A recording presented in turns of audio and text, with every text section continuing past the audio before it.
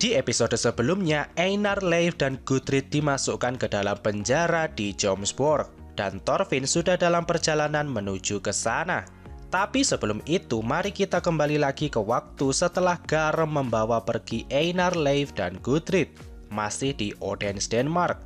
Sekarang Mata Besar yang merawat Karli sendirian, tapi Karli nampaknya kurang akrab dengan Mata Besar. Jadinya Karli sering menangis saat digendong.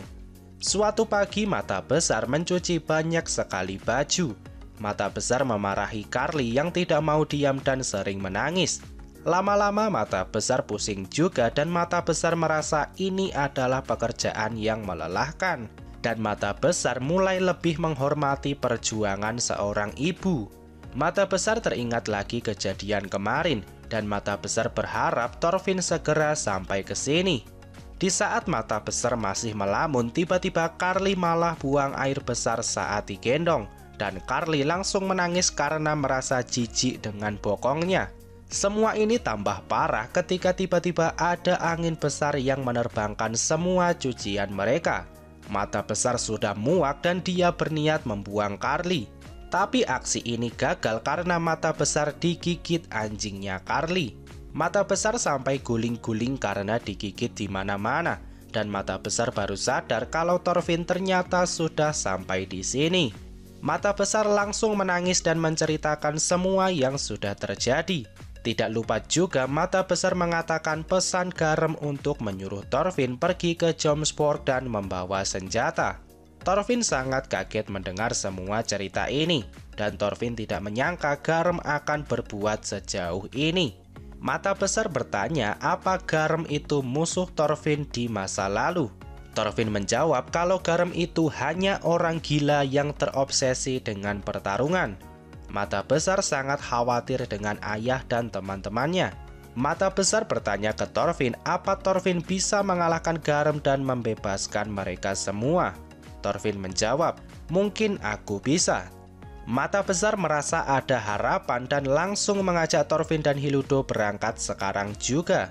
Mata Besar mulai melepaskan tali pengikat kapal. Tapi entah kenapa Thorfinn hanya diam saja dan memasang wajah yang murung. Ternyata Thorfinn punya firasat kalau dia pergi ke Jomsborg, dia pasti akan membunuh seseorang. Ditambah lagi di sana juga ada Floki. Thorfinn takut akan lepas kendali dan akhirnya kembali menjadi pembunuh. Thorfinn masih ingin memegang janjinya untuk tidak membunuh siapapun lagi. Tapi Thorfinn tidak yakin bisa menyelamatkan teman-temannya tanpa membunuh siapapun. Mata Besar tidak paham kenapa Thorfinn masih ragu-ragu. Tujuan mereka saat ini sangat jelas, yaitu untuk menyelamatkan teman-teman mereka. Lagi pula musuh mereka sekarang adalah orang-orang yang gila pertarungan. Dan mereka ini pasti bangga jika mati dalam pertarungan. Jadi menyingkirkan orang-orang seperti itu bukanlah sebuah kejahatan menurut Mata Besar. Bagi Mata Besar, keselamatan ayahnya dan teman-temannya adalah yang utama. Mata Besar mengaku kalau dia ikut di perjalanan ini adalah untuk mendapatkan uang yang banyak. Tapi lebih dari itu, Mata Besar ingin selalu memastikan ayahnya dalam keadaan aman dan bisa pulang dengan selamat. Dahulu kala Leif adalah orang yang membebaskan Mata Besar dari perbudakan. Sekarang Leif menjadi ayahnya Mata Besar dan Leif adalah orang paling penting di dalam hidup Mata Besar saat ini. Mata Besar mulai menangis dan memohon kepada Thorfinn untuk membebaskan ayahnya. Thorfinn akhirnya tersadarkan dan Thorfinn berjanji akan menyelamatkan semuanya. Sekarang kita kembali ke waktu yang sebenarnya. Pasukan Thorkel sudah sampai di Jomsborg dan mereka sudah menutup semua jalur pelarian di sini. Thorkel membagi pasukannya menjadi dua. Yang pertama adalah prajuritnya Thorkel sendiri yang berjumlah 500 orang dan 13 kapal. Mereka menutup akses jalan dari depan. Sementara pasukan kedua adalah prajuritnya Vagn yang berjumlah 500 orang dan 16 kapal. Mereka menutup akses jalan dari pantai timur. Jadi sekarang semua jalur pelarian Jomsviking sudah ditutup. Floki memerintahkan pasukannya untuk memperketat penjagaan, tapi semua pasukan dilarang untuk menyerang. Saat ini Floki ingin melakukan negosiasi sebelum semuanya terlambat, dan Floki menyuruh seseorang untuk mengeluarkan Garm dari penjara. Sementara itu di tempat Torkel, pasukan Torkel sudah membangun kemah di tepi sungai. Terlihat teman-teman Sigurd berhasil mendapatkan rantai yang cukup panjang. Rantai ini lalu diberikan kepada Sigurd dan Sigurd akan menggunakan rantai ini untuk bertarung nantinya. Sigurd sudah lama sekali tidak menggunakan rantai sebagai senjata. Sigurd melakukan pemanasan dan Sigurd berhasil menghancurkan cangkir dengan akurasi yang sangat bagus. Aksi Sigurd ini dilihat oleh Torkel dan Torkel memberikan tepuk tangan kepada Sigurd. Torkel cukup terkesan dengan kemampuan Sigurd menggunakan rantai. Tentu saja rantai ini memiliki jangkauan yang lebih jauh dari tombak. Dari situ, Torkel menyuruh Sigurd bertarung di dekat Torkel supaya Torkel bisa melihat kehebatan Sigurd. Sigurd tidak menyangka akan mendapatkan kesempatan seperti ini. Sigurd mulai membayangkan namanya yang masuk ke dalam buku sejarah karena bertarung bersama Torkel. Sigurd sangat senang dan Sigurd sampai lupa kalau dia bisa saja terbunuh di pertarungan nanti. Tapi biarkan dulu Sigurd menikmati kesenangannya. Setelah beberapa saat, Olm bertanya ke Sigurd apa Sigurd sudah lupa tujuan awal mereka, yaitu membawa Gudrid kembali ke Islandia. Tentu saja Sigurd masih ingat semua itu. Tapi kapal mereka sudah dibakar dan mereka tidak bisa lanjut jika tidak ada kapal. Rencananya Sigurd ingin berkontribusi di perang ini. Siapa tahu dia nanti akan diberikan hadiah kapal.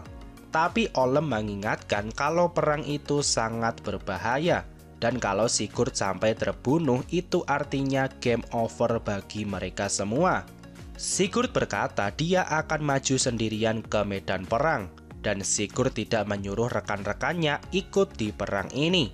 Tapi bukan itu yang mereka khawatirkan. Mereka hanya tidak ingin kehilangan teman di perjalanan ini. Sigurd cukup kaget mendengarnya. Sigurd tidak menyangka orang-orang ini akan menganggapnya sebagai teman. Dari awal memang Sigurd adalah anak dari orang terkaya di Islandia. Halfdan terkenal sangat tegas dan dia tidak butuh teman. Bagi Halfdan semua orang yang bersamanya adalah bawahan atau musuh. Tapi itu adalah kisah Halfdan. Bagi Olm Sigurd ya Sigurd. Dan mereka semua sudah menganggap Sigurd sebagai teman. Kalau diingat-ingat lagi, sebenarnya sudah cukup lama perjalanan mengejar Gudrid ini dimulai. Tapi kita belum sepenuhnya tahu nama-nama kru kapalnya Sigurd. Jadi mari kita bedah satu persatu. Orang yang bertubuh besar ini bernama Olm. Orang di kiri Olm bernama Diuri. Orang di kanan Olm bernama Tegen. Dan yang paling ujung bernama Helgi. Dan sekarang kita kembali lagi ke tempat Torkel. Torkel mendapatkan laporan kalau ada satu kapal dari Jomsborg yang mendekat, dan sepertinya itu adalah pembawa pesan. Kapal ini akhirnya diizinkan berlabuh dan ternyata Garm dibawa di kapal itu. Garm diikat dengan tali dan diserahkan kepada Torkel. Pembawa pesan ini berniat meminta damai dan membatalkan perang. Pada dasarnya ini adalah kesalahpahaman yang dilakukan Garm. Dan jika mau, Torkel bisa menghukum Garm. Dan setelahnya, Floki sudah menyiapkan pesta penyambutan di Jomsborg. Torkel sebenarnya sudah tahu kalau ini hanyalah sebuah salah paham. Tapi dengan alasan apapun, Torkel tidak ingin berhenti di sini. Bagi Torkel, saat ini yang dia inginkan hanyalah bertarung, bertarung, dan bertarung. Torkel lalu menyuruh pembawa pesan ini kembali dan mengatakan kepada Floki kalau negosiasinya gagal. Orang ini akhirnya diseret keluar dari tempat ini. Dan orang ini berkata kalau Jomsviking tidak akan kalah. Ya, kita lihat saja nanti.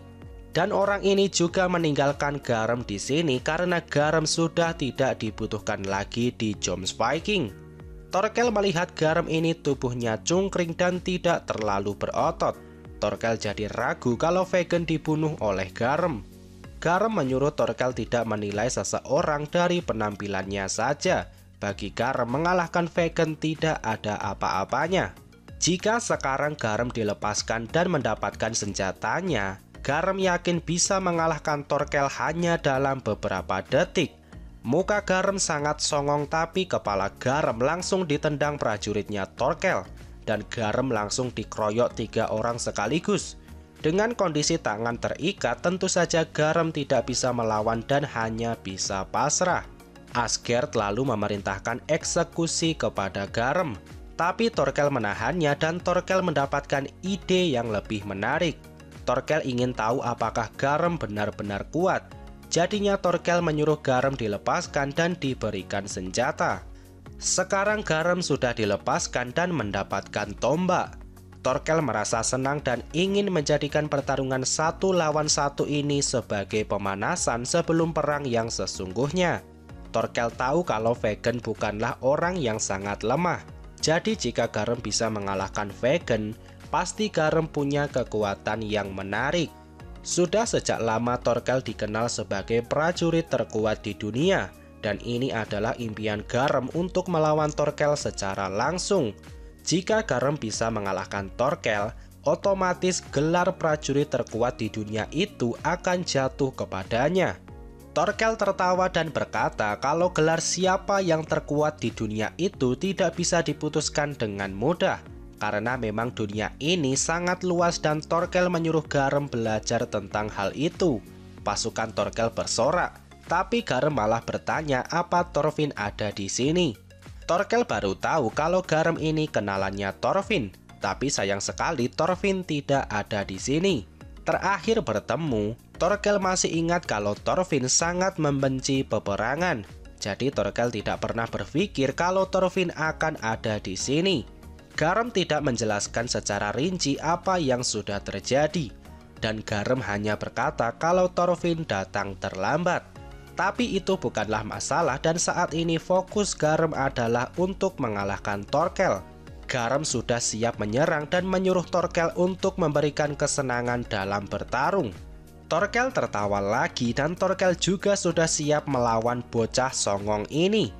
Sementara itu di lautan, terlihat Thorfinn yang sudah sangat dekat dengan Jomsborg. Apakah Thorfinn bisa sampai di Jomsborg tepat waktu? Dan siapa yang akan keluar menjadi pemenang di pertarungan Torkel versus Garam? Temukan jawabannya di video pembahasan selanjutnya. Oke, sekian dulu video kali ini. Semoga videonya bermanfaat. Subscribe channel ini dan sampai jumpa di video selanjutnya.